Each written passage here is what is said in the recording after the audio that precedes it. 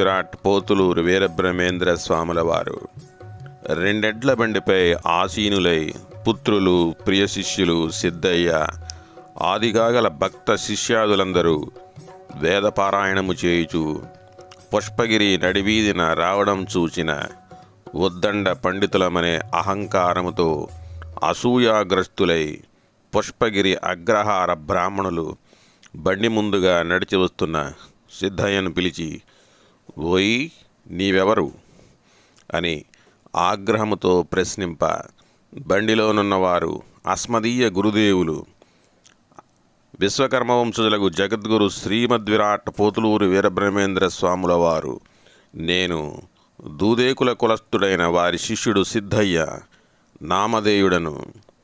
తదితరులందరూ గురుదేవుల శిష్యకోటి సంచార నిమిత్తము మీ గ్రామము గుండా వస్తున్నామన్న సిద్ధయ్య గారి సమాధానమునకు పుష్పగిరి బ్రాహ్మణులున్న అగ్రహారమున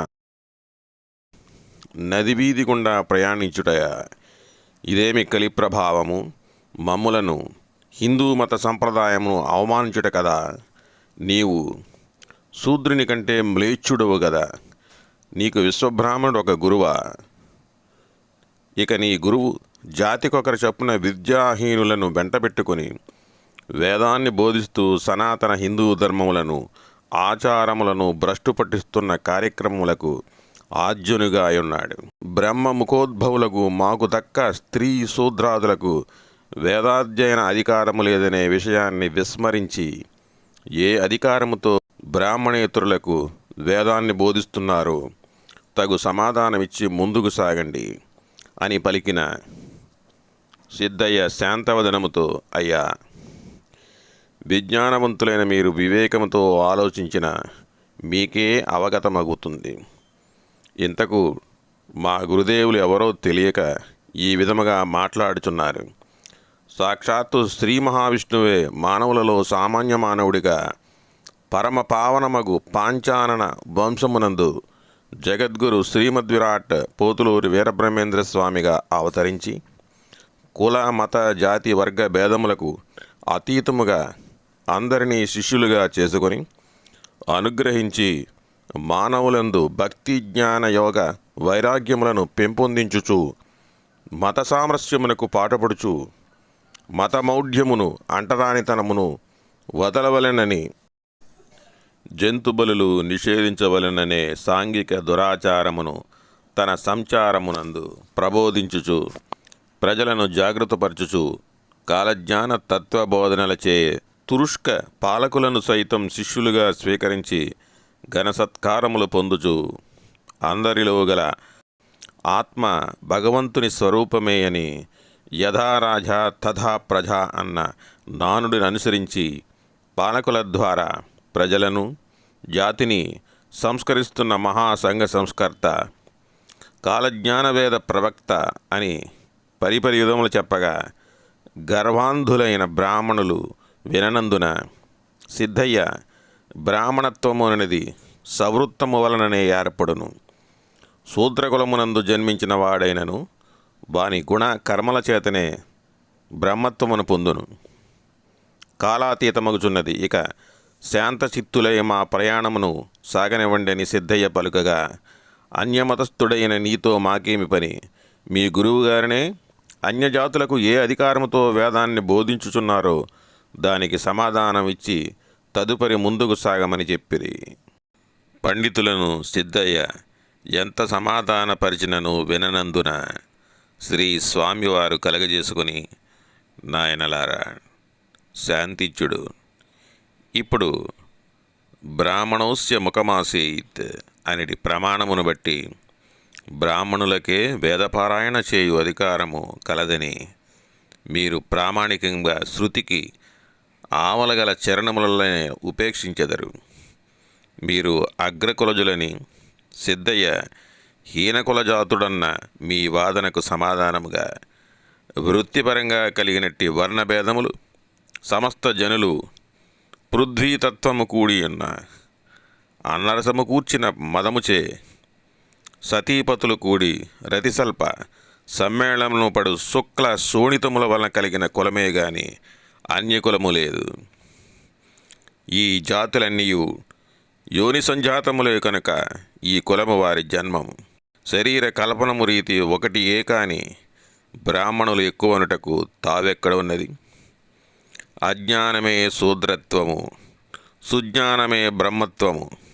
జ్ఞానము లేని జన్మ కలిగిన వారు శూద్రులనబడుచు, జ్ఞాన సంపన్నుడు బ్రాహ్మణుడనబడుచున్నాడు. స్వర్గభూతస్థమగు ఆత్మకు ఎట్టి భేదము లేదని చండాల వేషధారియకు పరమేశ్వరుడు అభేదమును గురించి ఉపదేశించగా, జ్ఞానియగు శంకరాచార్యుల వారు కులమెంచగా నేల గుణము ముఖ్య కారణమే అని, జన్మ వలన కాదు గుణకర్మ వలన ఆత్మ సంస్కారముల చేతనే మానవుడు తత్వ విద్యాధికారి కావచ్చునని, వేదాంగ వేదాంత సకల విద్యా పారంగతులైన శ్రీ ఆదిశంకరుల వారు కూడా తొలుత కులభేదముందని తలచి పరమేశ్వర సాక్షాత్కారము పొందిన తదుపరి యథార్థమును గ్రహించిన వారై కులవేక్ష కూడదని మనీషా పంచకమునందు ప్రబోధించారంటే మీరంతా విజ్ఞతతో ఆలోచించిన మీకే అవగతమవుతుంది. జన్మ చేయబోయేవాడైన వాల్మీకి గుణకర్మల చేత జ్ఞానవంతుడై సంస్కారవంతుడై బ్రహ్మత్వమును పొంది పరమోత్కృష్టమైన కుల మతవర్గ వర్ణ ప్రమాణాలతో ఎవరిని కించపరచగా శ్రీమద్ రామాయణమును రచించిన చిరస్మరణీయులు. ఆదికవి వాల్మీకి మహర్షి శూద్రులే కదా. పల్లెపడుచు మత్స్యగంధి పరాశరుని పుత్రుడైన వ్యాసుడు మహాభారతమును చిలుక గర్భమున జనించిన శ్రీసుకుడు మునివరుల యందు ముఖ్యుడై మోక్షప్రదమగు శ్రీ భాగవతము రచించగదా. గౌతముని శిష్యుడైన జాబాలి మరియు అష్టాదశ పురాణములను సౌనకాది మునులను ప్రబోధించిన సూత మహర్షి ఊర్వశీసుతుడైన వశిష్ఠుడు. బ్రహ్మర్షి కృతయుగమున హరిశ్చంద్రునకు, త్రేతాయుగమున శ్రీరామచంద్రునికి గురుదేవులై సుఖ్యాతిని పొందిరి కదా. వీరిది ఏ కులము?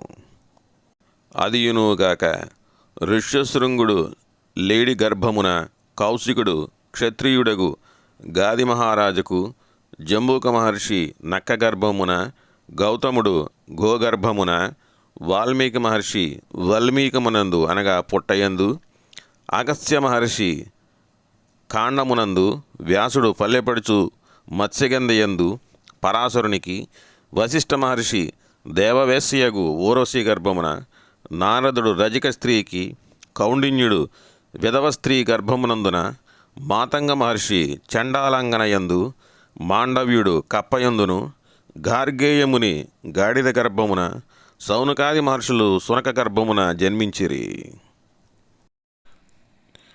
జన్మనా జాయతే శూద్రః, కర్మణా జాయతే ద్విజః, వేదపాఠేన విప్రాణాం బ్రహ్మజ్ఞానంతు బ్రాహ్మణః.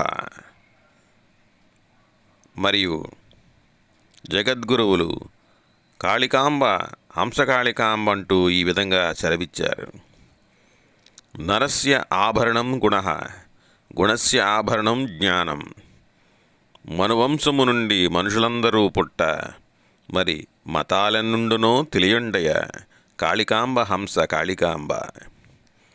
ఈ వివరణలను బట్టి మానవునికి కులప్రధానం కాదనియు, గుణమే ముఖ్యమనియు, అజ్ఞానమే శూద్రత్వమనియు, సుజ్ఞానమే బ్రహ్మత్వమనియు, ప్రతివాడు జన్మతః శూద్రుడే ఆత్మ సంస్కారాది గుణకర్మములను ఆచరించుట వలన ద్విజుడు అగుననియు, అసత్యవాది పాప ప్రవర్తన కలవాడు జన్మతః బ్రాహ్మణుడైనను శూద్రుని కన్నా నీచుడని చెప్పెదరు.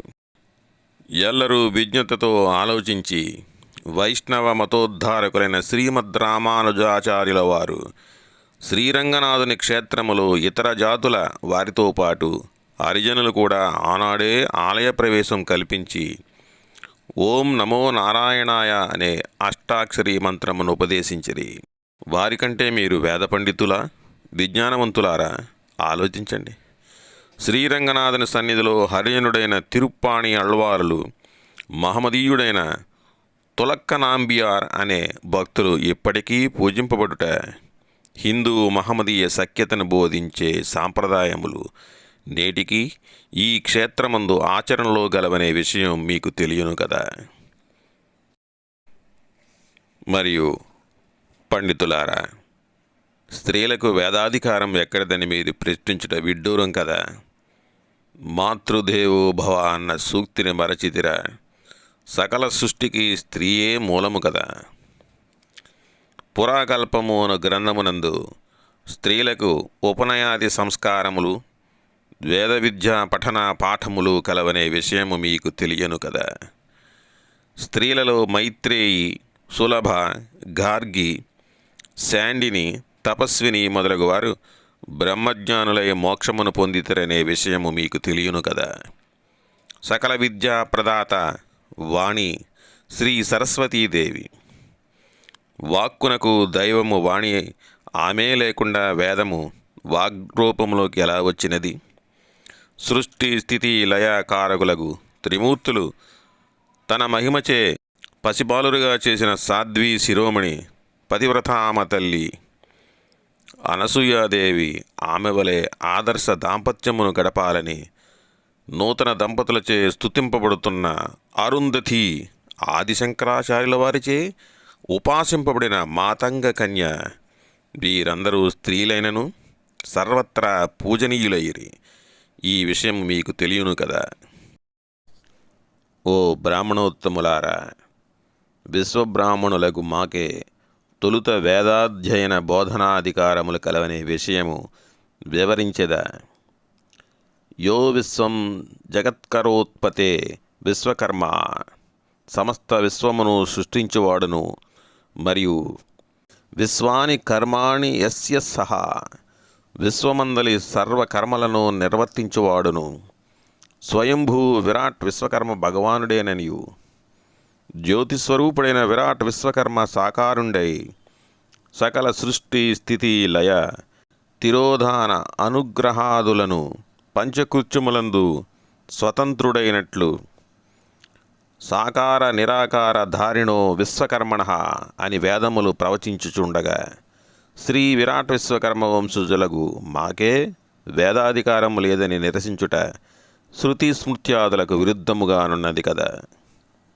మీ వంశ మూలపురుషుడైన ఆరాధ్యుడైన వ్యాసుడు మయబ్రహ్మపుత్రుడైన మహాపండితుని వద్ద శిష్యునిగా చేరి 12 వర్షములు శుశ్రూష చేసి గురుకటాక్షము చేత వేదాది శాస్త్రములను సాంగోపాంగముగా అభ్యసించి మంత్రోపదేశము పొంది సర్వశాస్త్ర పారంగతుడై తదుపరి తాను ఆకలింపు చేసుకున్న శాస్త్రములందు పంచబ్రహ్మలను త్రిమూర్తులుగను, పంచవేదములను చతుర్వేదములుగను, పంచముఖ బ్రహ్మను చతుర్ముఖ బ్రహ్మగను ప్రస్తావించి విశ్వకర్మ శబ్దము తొలగించి మీ పూజనీయత కొరకు విప్రశబ్దము చేర్చ ఆగ్రహించిన గురుపూజ్యుల దివ్యానుగ్రహ ప్రాప్తికి ఘోర తపమాచరించి తదుపరి ఆ మహాపురుషుని సాక్షాత్కరింపజేసుకొని తన రచనలు తానును పూజనీయంబగునట్లుగా వ్యాసుని రచనలు మీరును కలియుగము 5000 సంవత్సరముల వరకు సర్వత్రా పూజనీయతను పొంది తదుపరి ఆచారశూన్యులయ్యుందురనే విషయము మీకు తెలియను కదా. మా వంశస్థులకు విశ్వబ్రాహ్మణులు కలియుగము 5000 సంవత్సరములు తదుపరి నేను వీరభోగ వసంతరాయులుగా వచ్చుసరికి పంచాంగ పౌరోహిత్యములు చేపట్టి పూర్వవైభవ ప్రాభవములను పొందెదరని అందుకు సందేహం వలదని ప్రజలకు పండితులైన మీరు ధర్మాన్ని జ్ఞానాన్ని బోధించి సంఘాన్ని సంస్కరించాలనే కర్తవ్యాన్ని విస్మరించి కులమతములను కల్పించి అంటరానితనము పేర ఎన్నో ఆంక్షలు పెట్టి వేద విద్యకు అర్హులు కాదని, స్త్రీలు వేద విద్యకు అనర్హులని మానవత్వాన్ని నిర్వీర్యం చేసి సర్వేశ్వర సంభవమైన వేద విద్యకు ద్రోహం చేసి మంట కలిపారని, మానవత్వం మంట కలిపే నిష్ట వలన ప్రయోజనం లేదని, ధర్మనిష్ట సత్యనిష్టలే ప్రధానమని, బ్రాహ్మణ కుల సంజాతుల వారలే కాదు అని, ఏ కులముయందు జన్మించిన వారైనను స్త్రీ శూద్రాదులైనను వారి గుణకర్మల వలనే వేద విద్య, వేదాంగ, రామాయణ, మహాభారత, భాగవత, పురాణేతిహాసములను నేర్వవచ్చునని, వేదశాస్త్రములు ఏ కొందరికో పరిమితం కాదని, అందరూ అర్హులేనని పుష్పగిరి అగ్రహారీకులకు శాంతియుతంగా శ్రీ వీరబ్రహ్మేంద్ర స్వాముల వారు సోదాహరణంగా వివరించినప్పటికీ గర్వాంధులగు బ్రాహ్మణులు యథార్థము గ్రహింపగా శ్రీ స్వాముల వారి వాహనము చుట్టుముట్టి ముందుకు సాగనీయక అలజడిని సృష్టించి గేలి చేయగా ఆగ్రహముతో బండి దిగి పుష్పగిరి అగ్రహార ఉత్తర బజారున గల గృహముల వైపు చూసేసరికి తక్షణమే ఆ బజారున గల గృహములన్నీయు దగ్ధమగుట ప్రత్యక్షముగా చూసిన బ్రాహ్మణులు భయభ్రాంతులై గత్యంతరము లేక గగ్గోలు పెడుతూ పలాయనము చిత్తగించిరి. అప్పటికప్పుడే సంభవించిన పరిణామం వలన త్వరలోనే తమ గ్రామమంతయు భస్మీపటలమగుననే కడు చింతాక్రాంతులైన ఓ బ్రాహ్మణ పుణ్య దంపతులు శ్రీ వీరబ్రహ్మేంద్ర స్వామి వారి పాదములపై పడి శిరస్థాష్టాంగ ప్రణాములు ఆచరించి, ఆపద్బాంధవ, ప్రాణదాత, నాడు నా భర్త భయంకరమైన కుష్ఠవ్యాధితో పీడింపబడుతూ దశవత్సరములుగా ఎన్ని మందులు వాడినను తగ్గని వ్యాధిని నాడు పోగొట్టి సంపూర్ణ ఆరోగ్యవంతునిగా చేసిన మీ మహిమా విశేషమునకు ఎంతగానో సంతసించి మీ పాద సేవా భాగ్యము కావింపుడని ప్రార్థింప మహామహిమాన్వితమగు ద్వాదశాక్షరీ మంత్రమును ఉపదేశించి మీ గ్రామమేగి ఈ మంత్రమును జపించి తరించుడని తాము అచిరకాలముననే శిష్య బృందముతో కూడి పుష్పగిరి అగ్రహారం వచ్చేదనని ఆ సమయమున కాపాడుదమని ప్రార్థించిన ఒక అద్భుతము కూడా జరగనున్నదని ఆనాడు సెలవిచ్చిన విధముగానే ఈనాడు ఘోర అగ్ని ప్రమాదము సంభవించినదని, ఈ ప్రళయాగ్ని నుండి మమ్ములను కాపాడుమని ప్రార్థించిన అగ్రహారీకులతో, నాయనలారా, తన అమృతహస్తములచే నా యొక్క భయంకర కుష్ఠవ్యాధిని పోగొట్టిన భగవత్ స్వరూపుడీయననేయని మీరు శ్రీ వీరబ్రహ్మేంద్ర స్వాముల వారి పట్ల అపరాధము చేసి వారి ఆగ్రహమునకు గురియగుట వలననే నేడు ఈ దుస్థితి ఏర్పడినది. కనుక శ్రీ వీరబ్రహ్మేంద్ర స్వామి వారిని శరణు వేడి ప్రసన్నులను చేసుకొండని చెప్పగా పుష్పగిరి అగ్రహార బ్రాహ్మణ పండితులందరూ శ్రీ వీరబ్రహ్మేంద్ర స్వాముల వారికి శిరస్థాష్టాంగ నమస్కారములు వనరించి, ఆర్తత్రాణపరాయణ కృపాసాగర, మా తప్పిదముల మన్నించుడని ప్రార్థించగా కరుణాంతరంగుడైన శ్రీ వీరబ్రహ్మేంద్ర స్వామి ప్రశాంత వదనముతో పుష్పగిరి అగ్రహారము వైపు చూసేసరికి అగ్నికీలలు మాయమై గ్రామము యథాతథముగా కనిపించినది.